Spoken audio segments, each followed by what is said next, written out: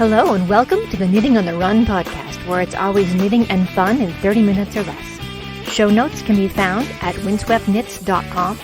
You can find me on Instagram and Ravelry as windsweptmonique, and on Facebook and Twitter as windsweptknits. This is episode 118, recorded on Thursday, June 29th, 2023. Hello. So this should be the last of my once a month-ish or so recordings because it's official. I have permission to knit and purl. I have started occupational therapy for my wrist. Those of you who've been listening for a while know that I had wrist surgery about 2 months ago. And my new occupational hand therapist has told me I need to knit more and stitch more. I can purl if I want to do cables or yarn overs. I can, whatever I want, spin. She wants me to use my hand a lot more, especially on the stuff I do a lot. So she literally told me to knit more. Clearly, this woman is a genius, so I will definitely be following her directions. But I am thrilled. The only downside is I still don't have a full range of motion in my wrist. So I am not currently getting gauge for stockinette stitch projects that I was working on before the surgery. Garter stitch, totally fine, not a problem. But my stockinette and existing projects is just a wee bit off. I'm thinking maybe in another month or so I should be able to get that fine, no problem. So of course I just had to start a new project. I'll talk about that in the works in progress section. But yeah, I had to go ahead and I ran to Joann's and I bought some yarn and I started knitting a pattern that I have been eyeing for the last couple of months. So why don't we just head on to the FOs and whips and get this party started. Finished objects. So I did not think I would have an FO before I recorded the episode for the end of this month, but I do. I am currently wearing it. I finished my pride shawl about 20 or 30 minutes ago. I'm very excited. This pattern is Willowbrook by Brenda Castiel. I've spent the last few weeks bringing this to all the Pride events I have been attending locally and knitting so many happy memories into this shawl. So this one has a bit of a backstory. Until then, I haven't been able to work on this shawl since my cousin Leo died about 2 years ago. I was knitting it when his sister told me the news. It's more than that, though. This was a Pride Month project for me. My cousin was a trans man. I started spinning the yarn during Pride Month of 2020. Started the shawl a little bit later that summer, I should say. And I put the shawl down. I decided I wanted to wait and work on it in Pride in June of 2021. So I picked it up again that month, was working on it throughout the summer when I got the call about Leo's death in August. And I just couldn't work on it. After that, I put it down. And last year I tried. And I just couldn't work on it last summer. There was just no way. But this year I wanted to work on it. I wanted to finish it. I wanted to wear it with pride.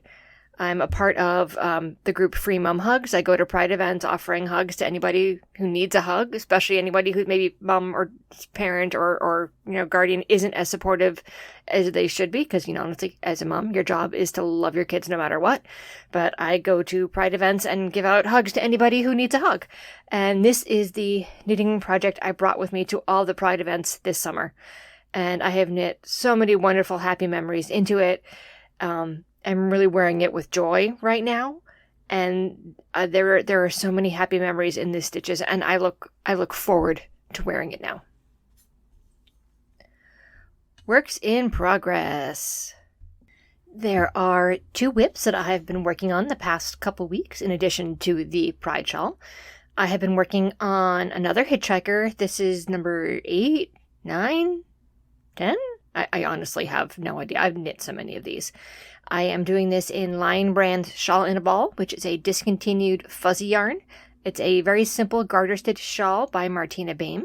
This yarn is much thicker than, or at least the resulting stitches are much bigger than the fingering weight yarn that she calls for in the pattern. So I'm making a bigger shawl. So the Hitchhiker is kind of like somewhere between a scarf and a shawl. It's too thick for a scarf, but it's not quite like a full over your shoulders shawl. Maybe a shawlette might be a better word for it.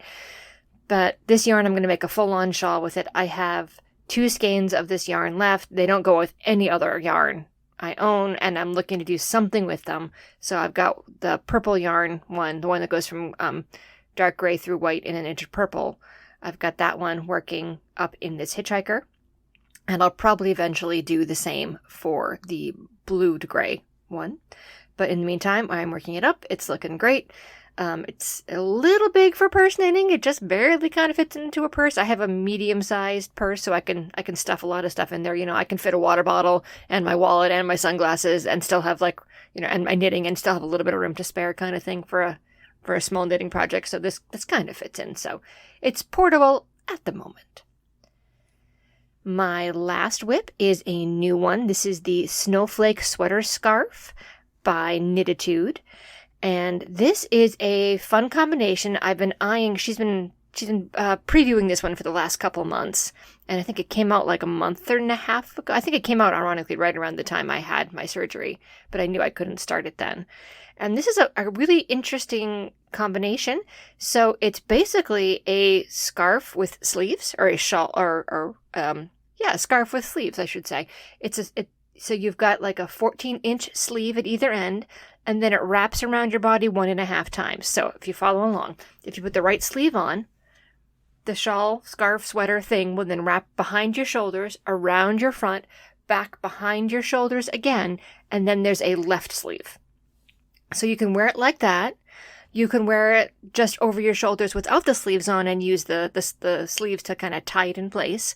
Or you can just wear it like a scarf and have the ends dangling down. It's a very flexible garment. Something to throw on as a layer for people who get cold, which, hello, that's me. So I'm making this one in the Big Twist Heather yarn from Joann. They were having a big sale that day. So I'm like, perfect. I need like a worsted Aran weight yarn. Let's grab that. Try out this pattern. Since I didn't know if my wrist was going to behave well, I want a nice inexpensive yarn, so that if it came out horrible, I wouldn't feel bad about spending money on an unexpected purchase, an unplanned yarn purchase. But I'm having a blast. It looks great so far. I finished one sleeve and have started the sort of shawl section of it, and it's coming along really well, and I am enjoying it, and I'm looking forward to wearing it. And now that I'm doing a nice heather gray one that I can wear where I need to be a grown-up, I think I need like one in maybe purple sparkles or aqua, or maybe some, funky rainbow medley color or something fun too. So you may see me knitting a couple of these.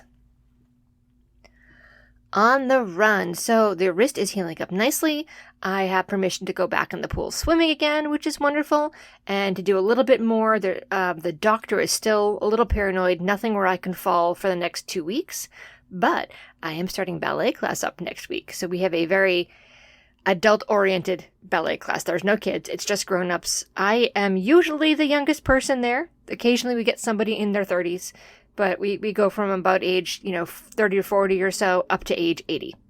So, it's designed so no one's going to take a tumble at this class. So I am so excited that ballet class is starting back up again.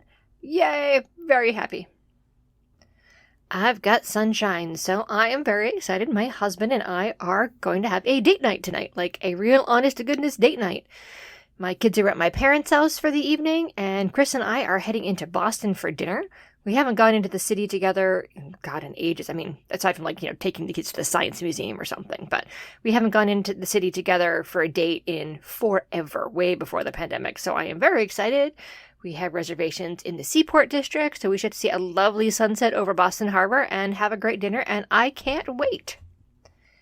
That brings us to the end of the episode. I haven't been doing a lot recently with the wrist and all, but I am doing more, and I am very excited, and I suspect that going forward, I'll have a lot more to talk about. So starting in July, I plan to be back on a bi-monthly schedule, so I should see you around July 15th, give or take. Keep an eye on your feeds for that.